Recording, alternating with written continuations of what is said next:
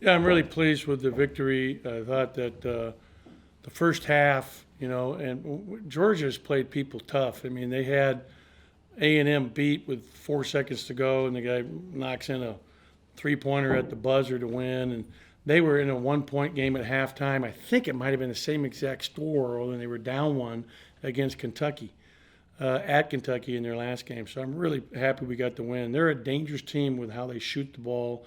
Oquendo, we couldn't stop him tonight. I mean, he was a problem all night long. He ends up with 28.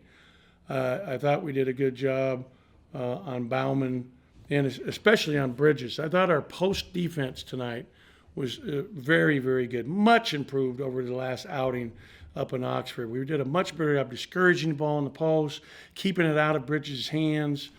I thought that was huge for us tonight. Obviously, Iverson had a terrific game, all the way around, including taking a charge at the end of the game. But very efficient with the numbers: 7 assists, 1 turnover, 11 for 18 from the field, 5 for 6 from the foul line. They were really pressed up on him, which was helpful for him to be able to penetrate easier because they were really pressuring him out at 30 feet. I thought that JD and Andy Garcia gave us great minutes off the bench tonight. Those two guys combined for 22 points in 31 minutes. So you look at our numbers, that they had a fourth of the points in less than 40 minutes of play, 30 minutes of play, really. And our overall team defense as well. That Cam Matthews did another nice job today for us. And one stat that stood out tonight: Jeffries had 3 blocks, Brooks had 4 blocks, and we had 10 as a team. So that was a huge stat. The other stat that comes to mind is that they had 15 turnovers, which turned into 20 points for us, where we only had 8 turnovers. So that was really positive to have a limited number of turnovers. Questions? Theo, why don't you go ahead, bat lead off for us? Sure. I mean, you mentioned the game that Iverson had tonight. Just how big was that for him in an SEC game to have that kind of performance? I think it's huge. I think it's a confidence, builder for him to have such an outstanding game tonight, and just happy for him, and more importantly, happy for our team. Paul, go ahead. Coach, you touched a little bit on JD there in his game, but obviously, Tolu's missed. I think he's only played a third of y'all's games so far. Just talk about JD's mentality of having to be ready to go, whether some games it may be 8 minutes if Tolu's playing, or it may be 28 minutes. Just how has he handled that from a mental approach? He's handled it very well, and he's been a critical reason why we're 11-4 right now. His play, and tonight he had 6 rebounds to go with those points that he had, 12 points. He has great hands. He made a great pass tonight to Andy, where he caught it, and Andy tucked under, moved well without the ball late in the second half. And he did a great job defensively, staying in front and helping. So, JD's minutes are critical for us. And when we get Tolu back, he'll continue to play a very important role. I mean, it's going to take Tolu some time when he returns to action to get back up to, full conditioning. Steph, go ahead. Coach, I know the other day when you were talking about the Ole Miss game, you were talking a little bit of a mix of, Ole Miss hitting shots along with some frustrations you had with your defense. In that first half for Georgia, was it kind of that same thing? Yeah, not so much. I thought, they did a good job attacking the glass.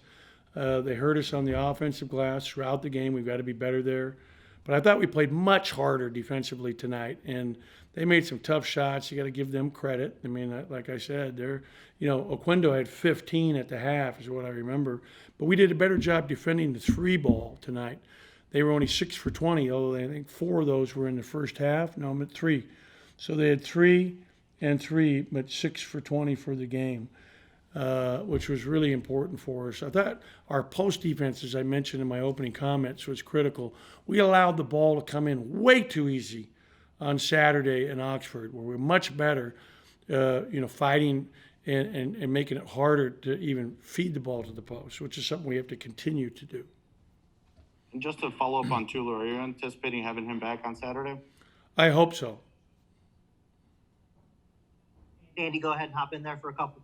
You guys had 58 points in the paint tonight, which I think is your season high as a team. But what kind of allowed you guys, obviously without Tolu down there, but JD was a big role, but what kind of allowed you guys to score that many in the paint? What kind of, mismatch maybe you exploited? Well, I think it was more about they were really pressed up, especially on Iverson. Like a lot of his points, he had the 1-3, so he had, I would say 18 of his 26 points were in the paint. I mean, he kept scoring in the paint, in the paint, in the paint. So that's a huge part right there. And JD and Andy, all their points were in the paint. So that's 18, that's 40 of them right there. And then I know DJ had a couple, Garrison scored in there. So we did a good job attacking in there. Would you say this is more of like the full 40-minute display you wanted to see, or was maybe maybe a little bit in the first half was still a little, not exactly what you wanted, but was it more full than you've seen in a couple all games? I want, Andy, is the effort for 40 minutes. All right? In our effort in the first half, we were still down 1, but I thought it had a wearing down effect on them. You know what I'm saying? I thought that it was, part of a, 40 minutes you wear people down if you're playing real hard for 40 minutes. And they started to wear a little bit. That's what I thought, was an advantage for us. Joel, go ahead and hop in there. Ben, this year, all year long, this team, it seems like, has been able to bounce back, whether it was after Louisville, we won a couple in a row, after Minnesota and Colorado State, I think we won 4 in a row, and then had the Arkansas win after Saturday, now this. What is it about this team? What do you think it says about this team that they don't let things snowball on them? It seems like they have an ability to bounce back. I think we have high character kids, and I'm really blessed in that manner. I mean, our character as a group is really high, and high character guys. I mean, they were obviously really bothered by the loss and the performance up in Oxford, and I thought they came back and had 2 very tough, grueling practices on Monday and yesterday, Tuesday, to prepare themselves to come out and play better. And that's what we did. And that speaks to their character, as you are alluding to. Paul Jones, go ahead. Just a reminder to queue up your hands if any more questions. Coach, kind of off topic, but on this season, any talks about when y'all's game with Missouri may be rescheduled or too early for that? We are in a constant communication with the conference office to get that figured out, and I hope we'll get it figured out soon hopefully the next few days. It's tough, we when you look at it, it's really hard.